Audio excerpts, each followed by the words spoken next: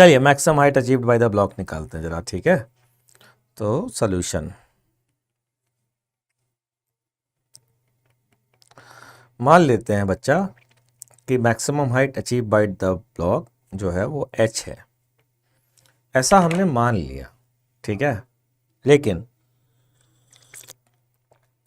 अगर इनिशियली बात करें तो ये भाई साहब v नॉट वेलोसिटी से जा रहे थे। सिस्टम अगर हम m प्लस एम को लेते हैं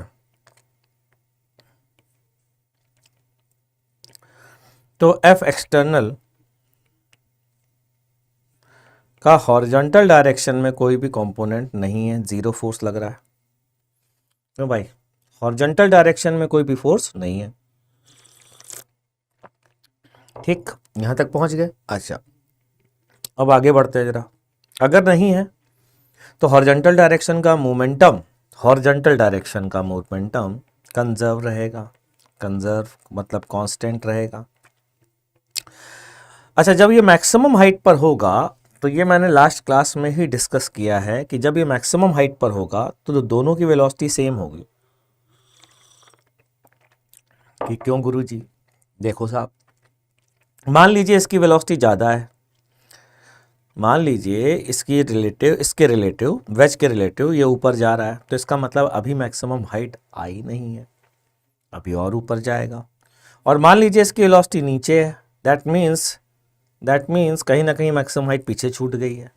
तो मैक्सिमम हाइट पर रिलेटिव वेलोसिटी जीरो होगी का मतलब जानते हो क्या है? दोनों की वेलोसिटी कॉमन होगी। तो पहली equation m into we naught बराबर m plus m into v c, ठीक। यहाँ से वी सी की वैल्यू आ गई, कितनी आ गई बच्चा party? M we not upon M plus M, ये आ गई। यहाँ तक कोई डाउट हो तो पूछो।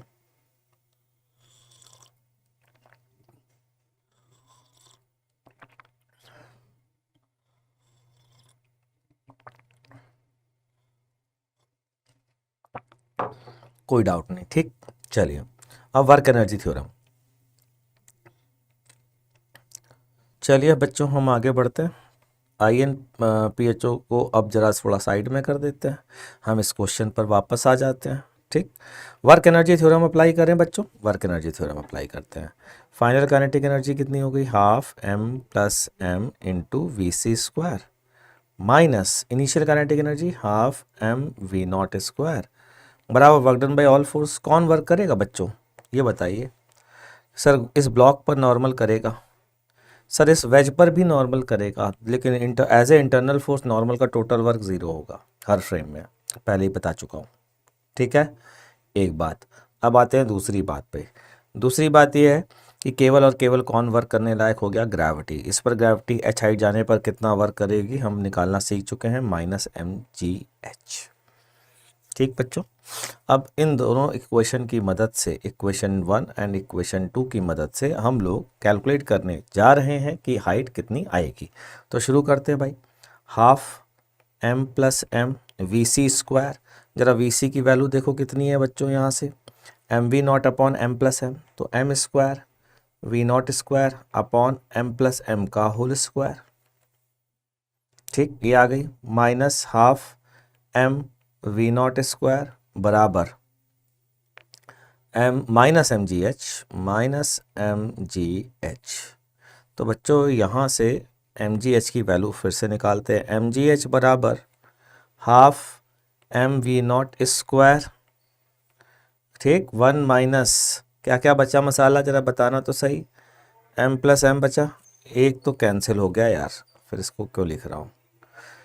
तो ये हुआ m we not square, m we not square तो half M we not square तो कॉमन ले लिया, तो केवल बचेगा एम और नीचे बचेगा एम प्लस एम, यही आएगा बच्चों, ठीक है। अब यहाँ से एम जी एच बराबर हाफ, ये और ये हो गया कैंसिल, ये आ गया 2gh बराबर V not square M plus M minus M upon M plus M, ये हो गया कैंसिल। ये लीजिए साहब आंसर हुआ आ गया, V not square upon 2g M upon M plus M. एक इंटरेस्टिंग बात सुनिए, इंटरेस्टिंग बात यह है बच्चों, बहुत ही शानदार चमत्कार मज़ेदार बात ये है कि अगर ये वेज फिक्स होता, अगर ये वेज फिक्स होता, ठीक है, फिक्स होता, तो पता है कितनी हाइट जाता वी नॉट से फेंकने पर? तब ये हाइट जाता we not square by 2g, अगर ये फिक्स होता। लेकिन अभी देखो we not square by 2g से कम जा रहा है बच्चों। क्यों कम जा रहा है? इसलिए कम जा रहा है कि अगर ये फिक्स होता तो ऊपर जाने पर सारी काइनेटिक एनर्जी जीरो हो जाती है, क्योंकि ये तो फिक्स है और इसकी वेलोसिटी ज़ीरो हो गई। अब इस बार क्या हो रहा है, सारी की सारी काइनेटिक एनर्जी पोटेंशियल एनर्जी में नहीं कन्वर्ट हो पा रही है। जब ये मैक्सिमम हाइट पर बच्चों है ना, तो दोनों कॉमन वेलोसिटी से चल रहे हैं, इस कारण से नहीं हो पा रहा है। ठीक है, अब आगे बढ़ें, चलिए आगे बढ़ते हैं। पीयूष, मेरा JEE 24 बैच है, बिल्कुल है, लेकिन वो SRG बैच है बच्चा, है ना। क्लियर है बच्चों? अगले क्वेश्चन पर आए, चलिए अगला क्वेश्चन देखते हैं। अगला क्वेश्चन क्या था? अगला क्वेश्चन था बच्चों कि ये एक रॉड है और ये एक रिंग है। SRG ऑनलाइन वाली और ऑफलाइन वाली दोनों में मैं पढ़ा रहा हूँ, ठीक है। ये एक रिंग, रिंग का मास ले लीजिए कैपिटल M, और ये है थ्रेड L लेंथ की, और ये मास है स्मॉल m। ठीक, मैंने इसको V नॉट वेलोसिटी से फेंका। कितनी वेलोसिटी से? हाँ बेटा, SRG हाइब्रिड है। V नॉट से फेंका और पूछा मैक्सिमम हाइट कितनी होगी। फिर से देखो, हॉरिजॉन्टल डायरेक्शन में momentum horizontal, P horizontal constant रहेगा, क्योंकि हॉरिजॉन्टल डायरेक्शन में कोई फोर्स नहीं है, ठीक है। अच्छा, जब ये मैक्सिमम डिफ्लेक्शन पर होगा बच्चों, जब ये धागा मैक्सिमम डिफ्लेक्शन पर होगा, उस समय रिलेटिव वेलोसिटी ज़ीरो हो गई होगी। उस समय रिंग के रिलेटिव, इस पार्टिकल की रिलेटिव वेलोसिटी ज़ीरो हो गई होगी, क्योंकि रिंग के फ्रेम में गए, रिंग फिक्स हो गई। फिक्स हो गई तो ये सर्कुलर मोशन करेगा रिंग के फ्रेम में।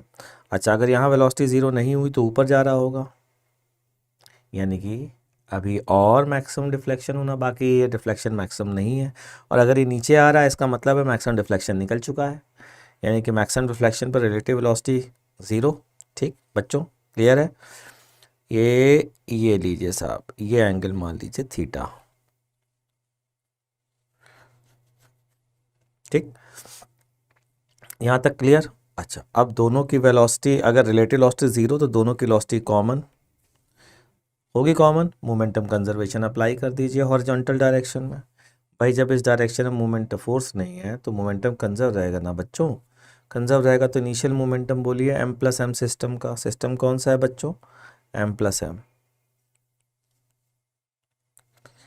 सर स्मॉल m वाले पार्टिकल को ऊपर के डायरेक्शन में वेलोसिटी कैसे मिली? मन ने ये डाउट पूछा है। बहुत बढ़िया, बहुत ही शानदार पूछा गया है। देखिए साहब, होगा क्या बच्चों, इसको वेलोसिटी दी गई है, ठीक है, टेंशन इधर है तो सेंट्रीपिटल एक्सीलरेशन मिलेगा, ऊपर की ओर फोर्स लग रहा है।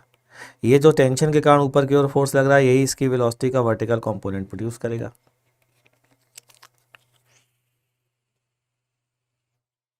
चलिए ठीक है, हम आगे बढ़ें बच्चों। तो इक्वेशन लिखते हैं, M+M इंटू VC बराबर MV0। ये आ गया, यहाँ से VC की वैल्यू आ गई। बच्चों मैथमेटिक्स ड्रैगन को बताओ कैसे ज्वाइन करना है। MV0 अपॉन M+M, VC की वैल्यू आ गई, ठीक है। अब वर्क एनर्जी थ्योरम देखो जरा, कौन वर्क डन करेगा इस पर?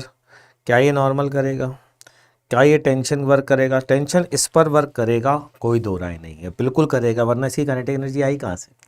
टेंशन इस पे वर्क करेगा, बिल्कुल करेगा, लेकिन टेंशन का टोटल वर्क ज़ीरो होगा, ठीक है। इसलिए केवल और केवल कौन वर्क करेगा? mg।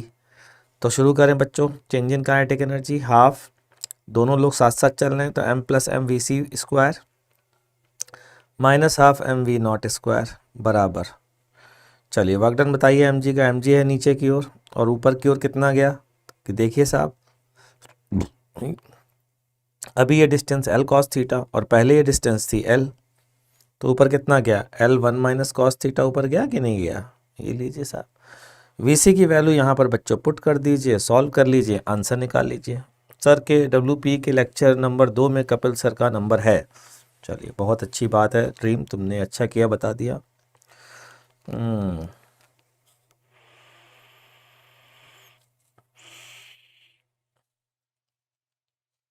क्या बच्चों समझ में आ गया?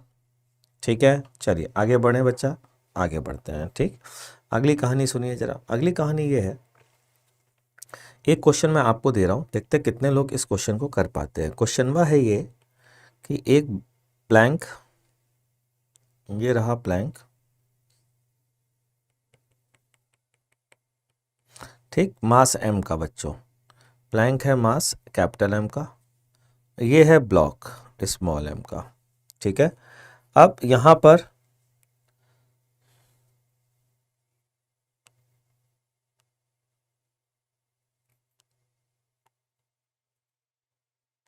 इस ब्लॉक को V0 वेलोसिटी से फेंका। ये पहले सिस्टम, ये प्लैंक जो है वो रेस्ट पर है, ये प्लैंक रेस्ट पर है, ब्लॉक को V0 से फेंका। यहाँ पर फ्रिक्शन स्मूथ है ये सरफेस, ये वाली, लेकिन यहाँ इन दो के बीच का फ्रिक्शन कोफिशिएंट म्यू दिया गया है, इन दोनों के बीच का म्यू दिया गया है। ठीक है, ये घटना जो घट रही है t बराबर 0 पर घट रही है। क्वेश्चन है मेरा ये, find the total distance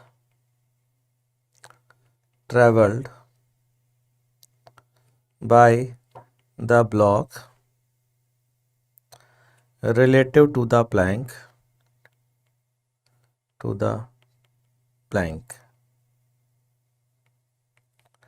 length of the plank is sufficiently large। ये मैं इसलिए लिखवा रहा हूँ ये कि ये मत सोचने लगना कि गुरुजी ब्लॉक तो गिर जाएगा प्लैंक से, प्लैंक छोटा है, तो सफिशिएंट लार्ज है, गिरेगा नहीं। ठीक है, चलिए इस क्वेश्चन को सॉल्व करिए फटाफट जल्दी से।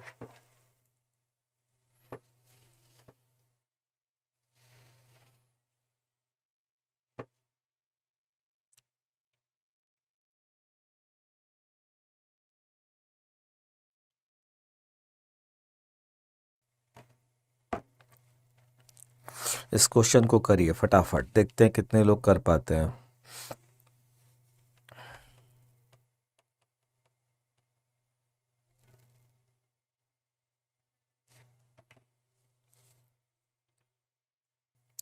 बच्चों जैसे ही ब्लॉक को मैंने आगे की ओर फेंका V0 वेलोसिटी से, और ये भाई साहब जो हैं वो रेस्ट पर हैं, तो क्या होगा, यहाँ फ्रिक्शन है बच्चों, इस जगह फ्रिक्शन है और रिलेटिव वेलोसिटी है, इसके रिलेटिव नीचे वाले के रिलेटिव ये आगे जा रहा है, तो इन भाई साहब पे फ्रिक्शन लगेगा पीछे, तो इन पर फ्रिक्शन लगा पीछे।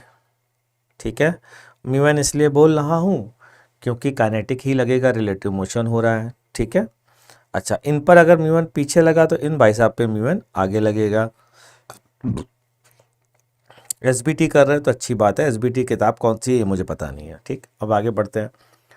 तो यहाँ पर दो फोर्स लगेंगे, नीचे वाला ब्लॉक जो रेस्ट पर है वो आगे चलने लगेगा, और जिसको वेलोसिटी V दी है ना वो उसकी वेलोसिटी कम होना शुरू हो जाएगी। ठीक, एक ऐसा समय आएगा बच्चों, जरा ध्यान से सुनना, एक ऐसा समय, NSCP के लिए SCB बेस्ट किताब है, एक ऐसा समय आएगा बच्चों जब दोनों साथ साथ चलने लगेंगे। शशि भूषण तिवारी मैंने किताब देखी नहीं है बेटा ना, इसलिए कुछ कह नहीं सकता।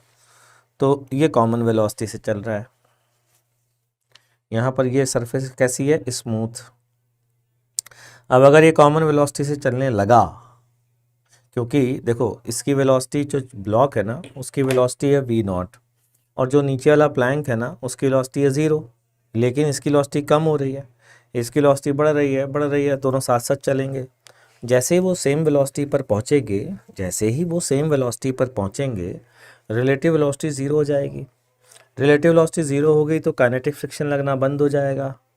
अब अगर फ्रिक्शन लगना बंद हो गया, तो अगर ये फ्रिक्शन लगना बंद हुआ तो इस पर पीछे की ओर लगना बंद, इस पर आगे की ओर लगना बंद, यानी कि अब दोनों की वेलोसिटी चेंज होना बंद, तो दोनों साथ साथ परमानेंट चलते रहेंगे। क्लियर? अच्छा अब हम आते हैं कि आखिरकार हम कैसे सॉल्व करें। हमसे पूछा है एल लेंथ निकालिए, तो एल लेंथ तो बाद में मेरे दिमाग में आ रहा है, ये लेंथ जो ट्रैवल करेगा ना वो वर्क एनर्जी थ्योरम लगाने की ज़रूरत पड़ेगी। तो सबसे पहले कॉमन वेलोसिटी निकालते हैं, m plus m into v c बराबर हाफ, हाफ कह रहा हूँ, एम वी नॉट।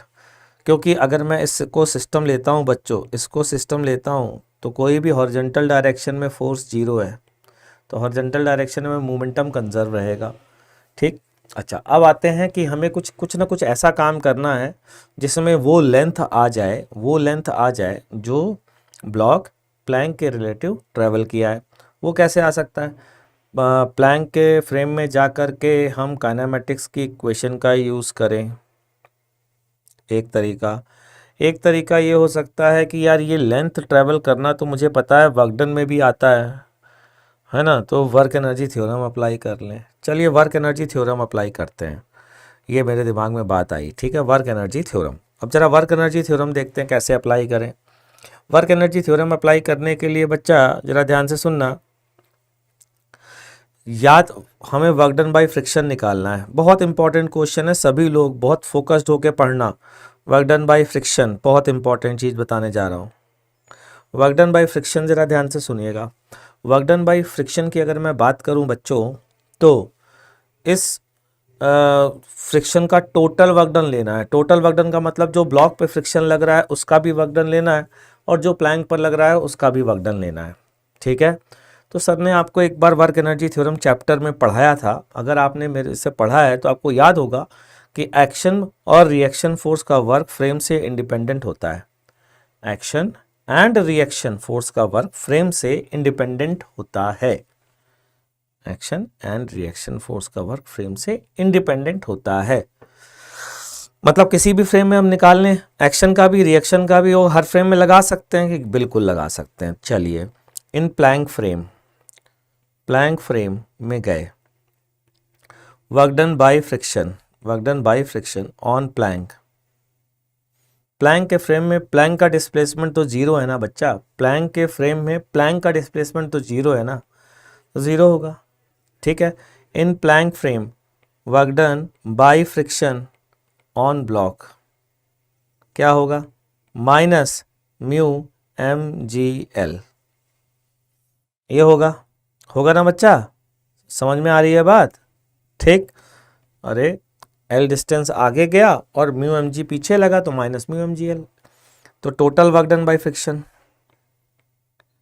आ गया minus mu M G l. अब मैंने यहाँ पर नहीं लिखा मैंने कि किस फ्रेम में, कि क्यों, क्योंकि ये हर फ्रेम में सेम होगा। अब मैं work energy theorem in ground frame लगाने जा रहा हूँ। गुरुजी किस पे लगाने जा रहे हैं आप? कि मैं m प्लस एम सिस्टम पे लगाने जा रहा हूँ। कि सर ये बताइए, मैंने तो सिर्फ m पर लगाया है।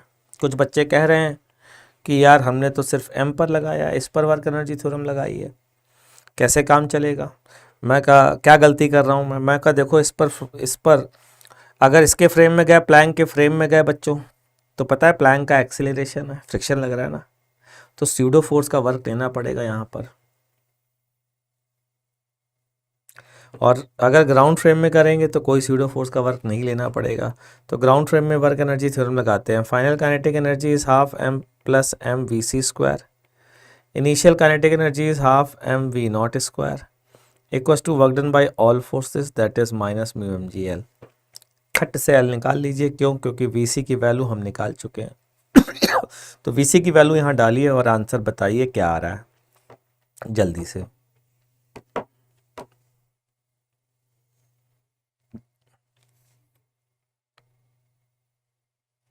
Yes, total work done by friction नहीं, total work done by action and reaction of any force is always frame independent. चलिए आर्यन राज बाबू बता रहे हैं कि लेंथ की वैल्यू आ रही है v not square upon m, नहीं m upon two mu g m plus M, ये बताया है। मज़ा आया भाई? ठीक, अच्छा अब आगे बढ़ते हैं। ज़रा अगली चीज़ पढ़ाने जा रहा हूँ आप लोगों को, इसका नाम है इम्पल्स।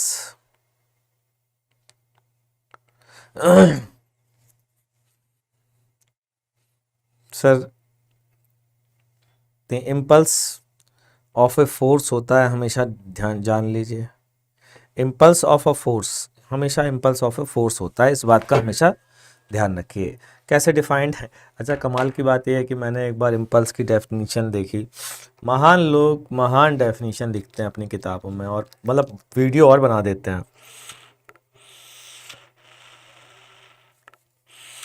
इम्पल्स की डेफिनेशन इतनी घटिया मैंने देखी है ना कि पूछो नहीं।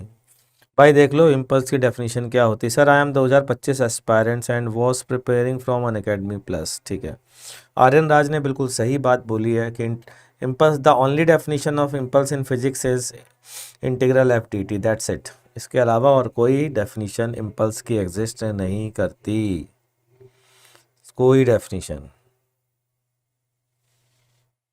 ठीक, force acting instantly is known as impulse ना बच्चा। तो आप कंफ्यूज हैं किसी और चीज़ से, बताऊंगा आप किससे कंफ्यूज हैं, मुझे ये भी पता है। फिलहाल फिजिकल सिग्निफिकेंस समझते हैं। फिजिकल सिग्निफिकेंस, फिजिकल सिग्निफिकेंस किसका? इम्पल्स का। फिजिकल सिग्निफिकेंस मतलब उसका हम फिजिक्स में किस तरीके से फ़ायदा उठाते हैं वो बताने जा रहा हूँ। This is momentum in transit, momentum in transit. ये मोमेंटम इन ट्रांजिट गुरुजी क्या होता है? मोमेंटम इन ट्रांजिट का मतलब मैं खड़ा हूँ, मेरे सामने एक लड़का और खड़ा है, मैं और नीचे सरफेस फ्रिक्शनलेस है। ठीक है, मेरे को किसी ने धक्का दिया, मैं ऐसे स्लाइड करता हुआ जा रहा हूँ जूम, और आगे एक लड़का खड़ा है, उसको धक्का दिया, क्या हुआ? मैं रुक गया, या मेरी वेलोसिटी कम हो गई और आगे वाले की बढ़ गई, चलने लगा वो। इसका मतलब क्या हुआ? मैंने मोमेंटम ट्रांसफर किया। और जो मोमेंटम ड्यूरिंग ट्रांसफर, मोमेंटम मेरे से उसमें जो गया ना, किस फॉर्म में गया? In the form of impulse. तो momentum in transit, momentum in transition is called क्या? इम्पल्स। ठीक, क्लियर हो गई भाई? अच्छा, अब आगे बात करते हैं, कुछ एक दो पॉइंट हैं। पहला पॉइंट ये है कि अगर F versus T graph draw किया गया है, ठीक है, तो उसका एरिया अंडर द कर्व आपको हमेशा इम्पल्स की वैल्यू दे देगा, इंटीग्रल एफ डी टी, क्योंकि ये तो हमने पढ़ा ही है मैथ्स में, पढ़ा है ना भाई। अच्छा, अगली चीज़ पढ़ने जा रहे हैं बच्चों, impulse momentum theorem. Impulse momentum theorem, impulse momentum theorem. Impulse, इसको नोट कर लिया भाई? आगे बढ़ूं, क्योंकि कल लास्ट क्लास में शिकायत हुई थी मेरी कि नोट करने दिया करो यार।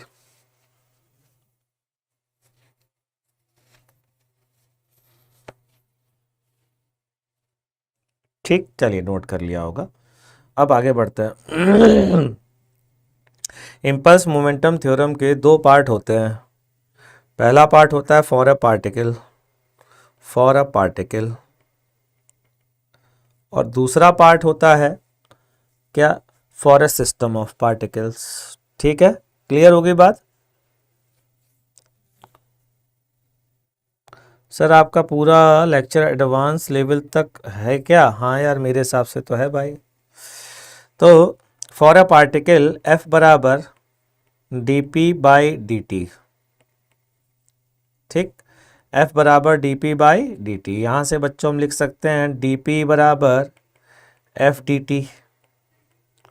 तो इसको अगर इंटीग्रेट करेंगे तो क्या लिखेंगे? लिखेंगे ना डेल्टा पी बराबर integral F D T. And what is integral F D T? Impulse. Clear? अच्छा, डेल्टा पी को क्या लिख सकते हैं? पी फाइनल, मतलब ये तो हो गई impulse momentum theorem. This theorem is called impulse momentum theorem. क्या है इम्पल्स मोमेंटम थ्योरम?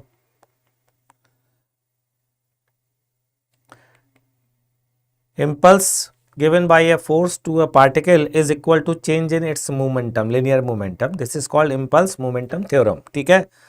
अच्छा, इसको ऐसे भी लिख सकते हो, P final minus P initial बराबर, P final minus P initial बराबर I। P फाइनल बराबर इम्पल्स प्लस पी इनिशियल। ये बात मैं समझा रहा था कि मैं आ रहा था, मुझे किसी ने धक्का दिया आइस वाली रोड पर, ठीक है, मैंने इन भाई साहब को इम्पल्स मारा, इनके इनिशियल मोमेंटम में इम्पल्स लगाया गया तो इनका फाइनल मोमेंटम चेंज हो गया, ये भागने लगे। तो इनिशियल मोमेंटम प्लस इम्पल्स बराबर फाइनल मोमेंटम, ठीक है। तो पुराना पैसा तुम्हारा पापा ने कुछ और दे दिया बराबर नया पैसा, जो पापा ने दिया वो इम्पल्स है, ठीक, क्लियर। चलिए, for a system of particle, गुरुजी इस इम्पल्स मोमेंटम थ्योरम को कैसे लिखेंगे? For a system of particle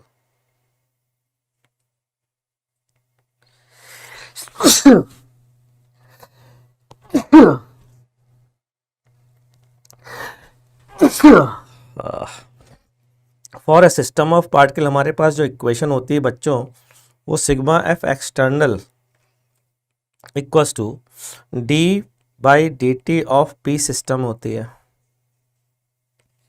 कि नहीं, ठीक। W F external into D T बराबर डी पी सिस्टम, एस लिख दिया मैंने, डी पी सिस्टम इंटीग्रेट कर दें, पता ये क्या कहलाती है? I impulse of external force, external net impulse बराबर change in momentum of the system. जाहिर सी बात है पीछे वाला पेज आपको देखना होगा, देख लीजिए, नोट कर लीजिए जल्दी से।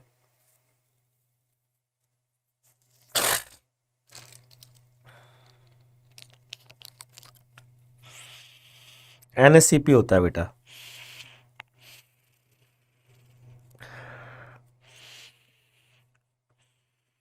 ठीक। तो यहाँ पर आई एक्सटर्नल नेट एक्सटर्नल इम्पल्स बराबर चेंज इन मोमेंटम, यहाँ पर पहुँच जाते हैं, ठीक है।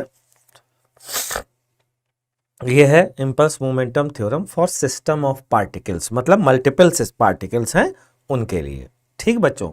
चलिए एक क्वेश्चन देता हूँ आपको, पार्टिकल क्वेश्चन लिखिए। क्या लिखना, मैं आपको डायग्राम बना देता हूँ ना सीधा सीधा।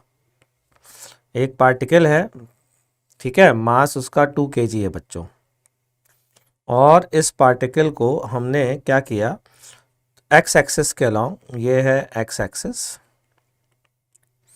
इसके अलोंग 3 मीटर पर सेकेंड से ये जा रहे थे भाई साहब, ठीक।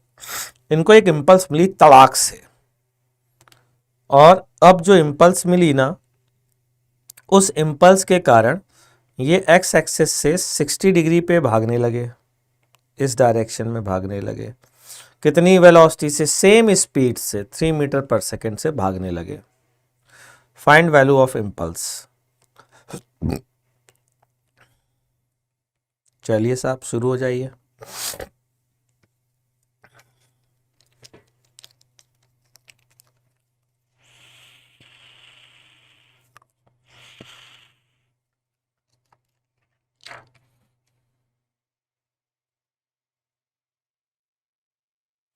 Himesh, how many hours should I read to beat all n star batch topper? Reply कर दीजिए बेटा। आवर्स पढ़ने से ज़्यादा है स्मार्ट पढ़ाई करनी पड़ेगी बेटा। ये एंगल सही कह रहे हो, मैंने नहीं दिया है, this angle is 60 degree, 60 degree. Thank you मन, आपने बता दिया मुझे। ड्रीम ने कहा है 24 आवर, ड्रीम जो है 24 आवर ड्रीम देखते हैं। सही ड्रीम, शाबाश। देखिए जरा ध्यान से भाई, ऐसा है कि इनिशियल मोमेंटम कितना है कि 3 इंटू 2 गुरु जी 6 unit, 6 kilogram metre per second. मैं लिखने नहीं जा रहा हूँ, ठीक है। अच्छा, इसमें इम्पल्स मार दीजिए तड़ाक से, ताकि फाइनल मोमेंटम यहाँ से 60 डिग्री पर आ जाए। तो इम्पल्स की वैल्यू निकालने के लिए बच्चों डिफरेंस लेना पड़ेगा, ठीक। ये वेक्टर में से ये वाला वेक्टर सब्ट्रैक्ट करना पड़ेगा। आप सब्ट्रैक्ट करना तो सर ने सिखाया है भाई, हमने तो सिखाया, आपने सीखा नहीं सीखा वो आपकी बात है। इनिशियल वाले वेक्टर को उल्टा करके जोड़ दीजिए, साहब जोड़ दिया, ये भी 6, ये भी 6, और ये एंगल है 60 डिग्री। हा, इससे अच्छी क्या बात हो सकती है। ये है इम्पल्स की वैल्यू। मतलब अगर कोई इक्विलेटरल ट्रायंगल है और बीच का एंगल 60 डिग्री है, तो ये कोई आइसोसेलेस ट्राइंगल है और बीच का एंगल 60 डिग्री है, तो इक्विलेटरल ट्राइंगल बन जाएगा, यानी कि ये भी 6 होगा। That means impulse is 6 kilogram metre per second, making an angle of 120 degree from positive X axis. This is the answer.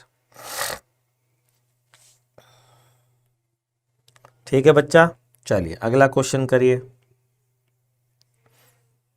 अगला करिए। एक पार्टिकल को h हाइट से छोड़ा जाता है, ठीक है, और वो h/4 हाइट तक जाता है टकराने के बाद।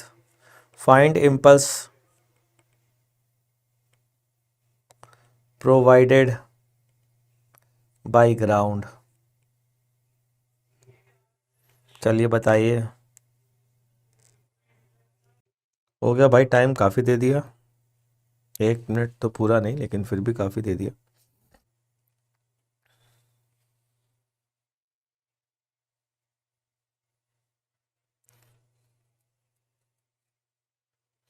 चलिए हो गया भाई, चल देखते हैं कितनी वेलोसिटी से आ रहा है ये। √2gh से आया, ठीक है, और टकरा करके h/4 हाइट तक गया, तो टकराने के बाद इसकी वेलोसिटी √2gh/4 हो जाएगी बच्चों। बोलिए हो जाएगी कि नहीं?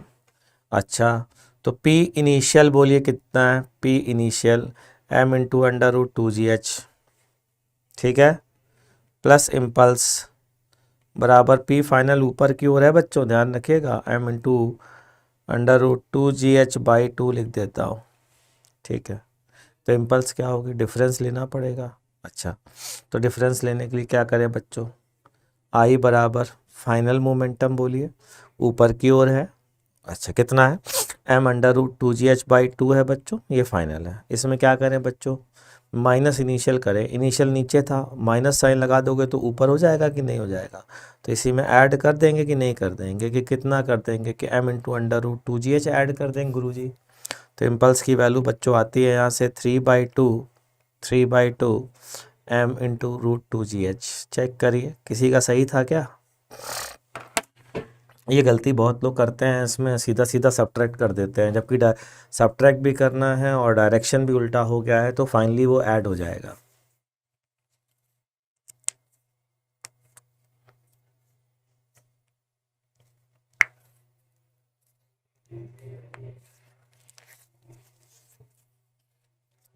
नोट कर लिया? ठीक है बच्चों, अगली चीज़ पढ़ने जा रहे हैं। एक क्वेश्चन और दूं आपको, बोलिए।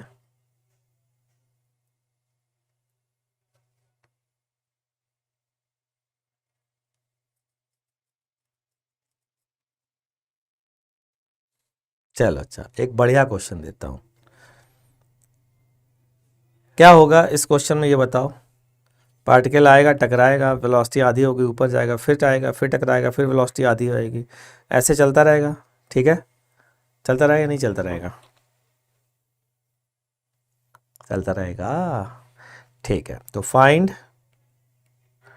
Total impulse provided by the ground during collisions, during all collisions। चलिए शुरू हो जाइए, जरा इस क्वेश्चन का आंसर दीजिए।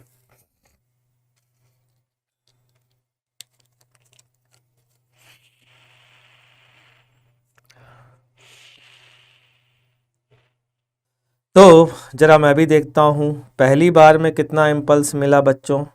3/2 m √2gh, ठीक है। अगली बार बताओ क्या होगा?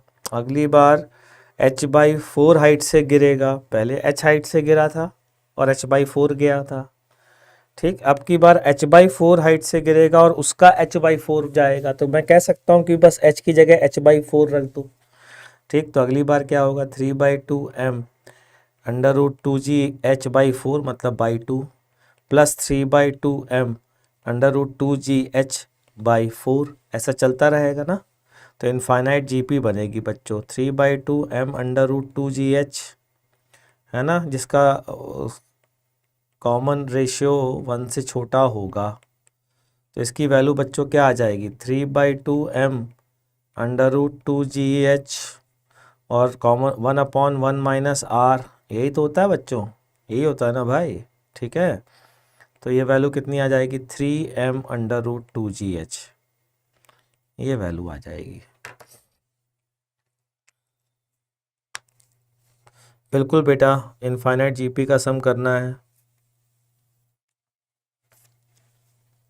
चलिए, अब मैं आपको जो पढ़ाने जा रहा हूँ वो इम्पल्स नहीं है। कई लोग इम्पल्स से कंफ्यूज हो जाते हैं, जो अगली चीज़ पढ़ाने जा रहा हूँ उससे, और उसे कहते हैं इम्पल्सिव फोर्स।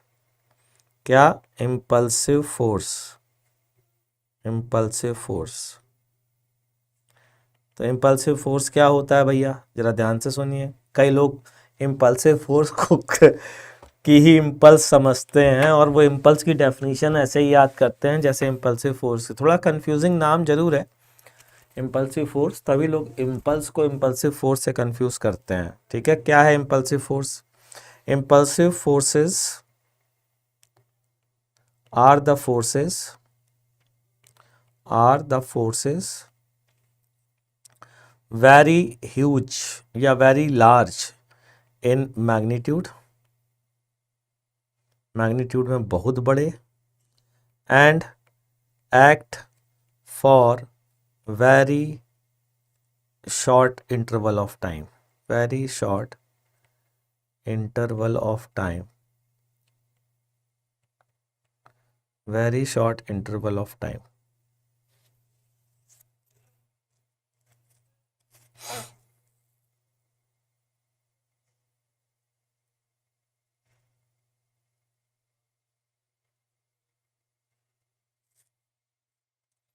ठीक, इनका ग्राफ अगर पता है क्या फ़ायदा क्या होता है, ज़रा ध्यान से सुनना, क्यों इतने इम्पोर्टेंट होते हैं बच्चों।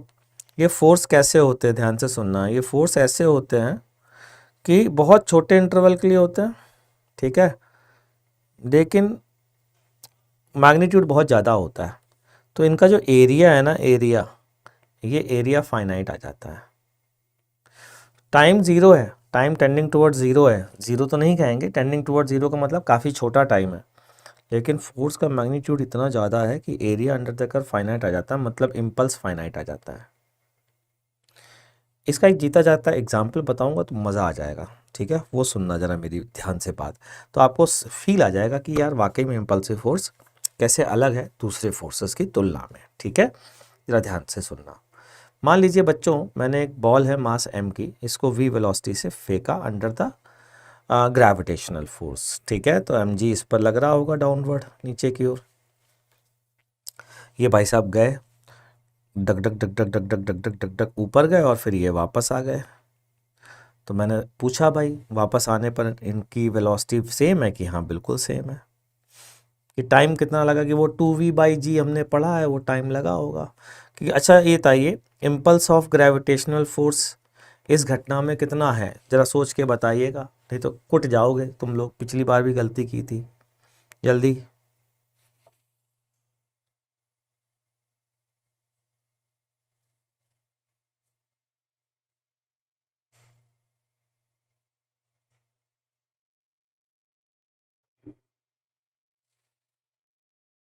देखो, फाइनल मोमेंटम किधर है, नीचे की ओर।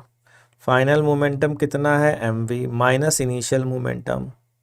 इनिशियल मोमेंटम किधर है बच्चा, ऊपर की ओर। माइनस करो, माइनस करो इसको, तो क्या करो, उल्टा करके जोड़ दो, उल्टा करके जोड़ दो, तो कितना आ गया, 2mv। और यही आप लोगों ने लिखा भी है, 2mv आ गया भाई। ठीक है, ठीक, ये बराबर होगा force of gravity into delta time during the gravitational motion, motion under gravity. ठीक, ये जो पूरा टाइम है इसको डेल्टा टी कह रहे हैं, जाना और आना। ठीक है, फिर क्या किया मैंने, ध्यान से सुनना। मैंने क्या किया, एक बॉल को ऐसे पटक करके मार दिया v वेलोसिटी से दीवार पर या फ्लोर पर m मास की वॉल को। तो जैसे ही पटका, और ये वॉल है इलास्टिक, कैसी वॉल है बच्चों, इलास्टिक वॉल है, जैसे ही पटका वैसे खड़ाक से बॉल लौट गई, सेम वेलोसिटी से, सेम वेलोसिटी से। बताइए यहाँ चेंज इन मोमेंटम कितना होगा? अगर मैं यहाँ पर कोलिजन फोर्सेस के इम्पल्स की बात करूँ तो ये भी 2 mv मैग्नीट्यूड में होंगे। Final minus initial mv plus mv 2 mv होंगे कि नहीं होंगे? ठीक। अच्छा, ये किसके बराबर होगा? Force of collision into timing time during the collision, मतलब उस वो फोर्स, कोलिजन वाला फोर्स जितने टाइम के लगा है ना, तो उस कोलिजन फोर्स का टाइम, कोलिजन फोर्स का टाइम इमेजिन करो और ये वाले टाइम की बात करो। ठीक, ये देखो जरा ध्यान से, F G into delta T G, पहले तो ये समझो F C into delta T C के बराबर है बच्चा कि नहीं है। अब आइए दूसरी बात, डेल्टा टी सी कोलिजन का समय और ये ऊपर जाके नीचे आने का समय में यही मतलब है भाई, कोलिजन का समय बहुत छोटा है और दोनों के मल्टीप्लिकेशन सेम है, तो क्या मैं कह सकता हूँ कोलिजन का फोर्स बहुत बड़ा है? कोलिजन का फोर्स बहुत बड़ा है ग्रेविटेशनल फोर्स की तुलना में। चेक करो, बहुत बड़ा फोर्स बहुत छोटे टाइम के लिए लगेगा तो इम्पल्सिव फोर्स कहलाएगा। तो इस समय एफ सी जो है वो इम्पल्सिव है, इम्पल्सिव फोर्स कहलाएगा। आई बात समझ में बच्चों? एफ सी कैसा फोर्स कहलाएगा? Impulsive force. क्यों कहलाएगा? High in magnitude, small in time. Clear? अच्छा चलो एक बात और देखो बच्चों, ध्यान से सुनना मेरी बात को। अब किसी ने कहा कि गुरुजी एक काम करो, मैं कहा क्या? एफ जी बहुत छोटा है फोर्स के मैग्नीट्यूड में और डेल्टा टी सी बहुत छोटा है टाइम में, अगर इन दो को मल्टीप्लाई करें तो बिल्कुल जीरो ही आ जाएगी चीज। ठीक, मैं रिपीट करता हूँ, क्योंकि ये और ये सेम थे इसलिए मैंने कहा ये वैल्यू और ये वैल्यू भी सेम होगी, तो मैंने लिख दिया F G into delta T G ये वाली वैल्यू बराबर F C into delta T ये वाली वैल्यू। ठीक, यहाँ तक क्लियर? ठीक है भाई, ड्रीम बाबू। अच्छा, अब देखो देखो कोलिजन का टाइम, खड़ाक से टकराई बॉल, खड़ाक से उल्टी हो गई, तो बहुत छोटा होगा ना यार, ये ऊपर जाना नीचे आना 2u/g, तो डेल्टा टी सी कोलिजन का टाइम बहुत बहुत छोटा होगा डेल्टा टी जी के कंपेयर में। लेकिन इसका प्रोडक्ट इसके साथ बराबर है इसका प्रोडक्ट इसके साथ, और आप कह रहे हो कि डेल्टा टी सी बहुत छोटा है, बहुत छोटा है डेल्टा टी जी के टर्म में, तो गारंटी है ना कि एफ सी बहुत बड़ा होगा एफ जी के टर्म में। ठीक, और हमने तो यही पढ़ा है, high magnitude of force act in very small time, magnitude बहुत बड़ा फोर्स का, टाइम बहुत छोटा, दोनों का मल्टीप्लिकेशन। तो छोड़ो गोली मारो, वो तो फाइनाइट है, लेकिन इम्पल्सिव फोर्स की डेफिनेशन याद करो, high magnitude of force, high magnitude of force act for very small interval of time. तो इस समय एफ सी फोर्स कैसा है? इम्पल्सिव फोर्स है। इसके बाद मैं क्या बता रहा हूँ जरा ध्यान से सुनना, वो भी बड़ी इंपॉर्टेंट बात है। मैं क्या कह रहा हूँ बच्चा पार्टी, ये बताइए कि अगर कोई एफ जी है बहुत छोटा है ना, और डेल्टा टी सी भी है बहुत छोटा, ये छोटे छोटों को अगर मल्टीप्लाई कर दें, छोटे छोटों को मल्टीप्लाई कर दें तो नेग्लिजिबल स्मॉल आएंगे कि नहीं आएंगे? आएंगे। इसका मतलब सुनना, पहली बात तो ये नॉन इम्पल्सिव फोर्स है। कैसा है? Non impulsive. कैसा फोर्स है? Non impulsive. इम्पल्सिव नहीं है ना भाई, बहुत छोटा मैग्नीट्यूड में है और बहुत बड़े टाइम के लिए लग रहा है। लेकिन किसी ने कहा नहीं नहीं नहीं, इसको इस टाइम से मल्टीप्लाई करो, तो क्या करोगे? बहुत छोटा होगा मतलब गायब हो जाएगा। तो देखो जरा एक स्टेटमेंट लिख रहा हूँ, that means in presence of impulsive forces, in presence of impulsive forces, in presence of impulsive forces मतलब कितनी देर के लिए? डेल्टा टी सी टाइम के लिए। ठीक है, impulse of non-impulsive forces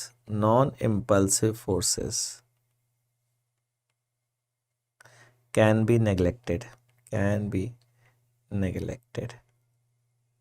क्या कहते हो भाई लोग, बोलो, सही बात है कि नहीं? ये बात समझ में आ पा रही कि नहीं आ पा रही है? जैसे देखो एक बात बताता हूँ, ध्यान से सुनना, बहुत इंटरेस्टिंग बात है। हाँ, मान लीजिए एक सिचुएशन है आपके सामने, ये ये एक स्प्रिंग फोर्स है, स्प्रिंग लगी है, ये एक ब्लॉक है, ठीक है। ये एक ब्लॉक आ रहा है एम मास का वी नॉट वेलोसिटी से, और यहाँ पर जो है वो फेविकॉल लगा रखा है, फेविक्विक लगा रखा है, आते ही चिपक जाएगा, ठीक है। ध्यान से सुनना, जब ये इससे टकराएगा तो स्प्रिंग फोर्स है कि नहीं है? स्प्रिंग फोर्स प्रेजेंट है या नहीं है? प्रेजेंट है ना बच्चा। लेकिन क्या हो रहा है इन दोनों के बीच में? कोलिजन। और कोलिजन फोर्स कैसे होते हैं? इम्पल्सिव। और इम्पल्सिव फोर्स जितनी देर के लिए लगते हैं उतनी देर के लिए हम impulse of non impulsive force, मतलब स्प्रिंग फोर्स नॉन इम्पल्सिव होता है। अरे अभी तो इसमें कंप्रेशन भी नहीं है यार, तो बहुत छोटा होगा ना, कंप्रेशन हो भी गया तो भी के एक्स एम जी के बराबर ही होगा आसपास, बहुत ज़्यादा बड़ा तो होता नहीं है, ठीक है। तो पता है मैं क्या कहना चाहता हूँ? मैं ये कहना चाहता हूँ कि जब ये दोनों साथ चलेंगे ना, तो आप इमीडिएटली इसको 2m मान मान लीजिए, ठीक है, और मोमेंटम कंजर्व करा दीजिए। 2mv बराबर m into we not, momentum conserve करा दिया। यार सर कैसे करा दिया?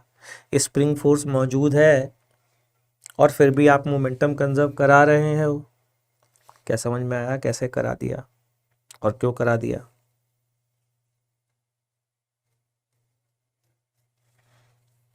आ गया समझ में बच्चों?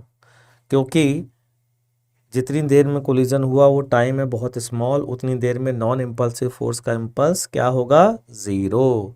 सर फोर्स सिचुएशन के हिसाब से इम्पल्सिव या नॉन इम्पल्सिव हो सकती है, मतलब मैं समझा नहीं। क्या ये बच्चों मेरी बात समझ में आई? एक और अच्छा एग्जाम्पल लेता हूँ, ध्यान से सुनना। हाँ बस उस इंस्टेंट के लिए कंजर्व कराया है क्योंकि वो टाइम बहुत छोटा है, और छोटे टाइम में नॉन इम्पल्सिव का इम्पल्स नेग्लिजिबल है। लेकिन अब पता है, शाबाश बेटा, बहुत बढ़िया मन पटेल। अब देखो ज़रा एक और चीज़ बताता हूँ। मान लीजिए ये एक ब्लॉक है 1 kg मास का, ठीक है, और यहाँ पर एक बुलेट है 500 मीटर पर सेकेंड से ये बुलेट आ रही है बच्चों, और इसका मास है 50 ग्राम। 500 मीटर पर सेकेंड से आ रही है, सोचो, ठीक। ध्यान से सुनना, यहाँ फ्रिक्शन भी है म्यू बराबर 0.2। कहा गया आपसे ये बुलेट जो है वो बाहर निकलती है 200 मीटर पर सेकेंड से, और बुलेट और ब्लॉक का डायमेंशन नेग्लिजिबल है, ब्लॉक का डायमेंशन नेग्लिजिबल है, ठीक। लोगों ने पूछा कि बताइए ब्लॉक की वेलोसिटी कितनी हो जाएगी जैसे ही बुलेट बाहर निकलेगी? फ्रिक्शन है, लेकिन उसके बावजूद भी आप मोमेंटम कंजर्व करा सकते हो जो उतनी देर के लिए जितनी देर में बुलेट का इंट्रैक्शन हुआ, क्योंकि बुलेट का इंट्रैक्शन बहुत कम हुआ। बुलेट के कारण वेलोसिटीज़ जो मिली उनके कंपेयर में फ्रिक्शन का इम्पल्स नेग्लिजिबल होगा, तो नेगलेक्ट कर दीजिए, ठीक है। क्या ये बात समझ में आ गई बच्चा पार्टी? तो मान लीजिए इसकी वेलोसिटी v है, तो आप क्या लिखेंगे? 500 इंटू 50 ग्राम, मतलब 0.05 बराबर क्या लिखेंगे? इसका तो ज़ीरो है बच्चा, 1 इंटू वी प्लस 200 इंटू 0.05। यहाँ से बच्चा वेलोसिटी आ जाएगी, इसकी कितनी आ जाएगी जल्दी बोलिए? ये आ जाएगी 300 इंटू 0.05, ठीक है। तो कितनी आ गई? 15 मीटर पर सेकेंड, ठीक। ये 15 मीटर पर सेकेंड से भाई साहब चल देंगे। देख लीजिए क्या मेरी बात आपको समझ में आ रही है? मैंने कोई गलती की हो तो वो भी बता दीजिए भाई, हो सकता है गलती हो सकती है मेरे से, एक बार चेक कर लीजिए।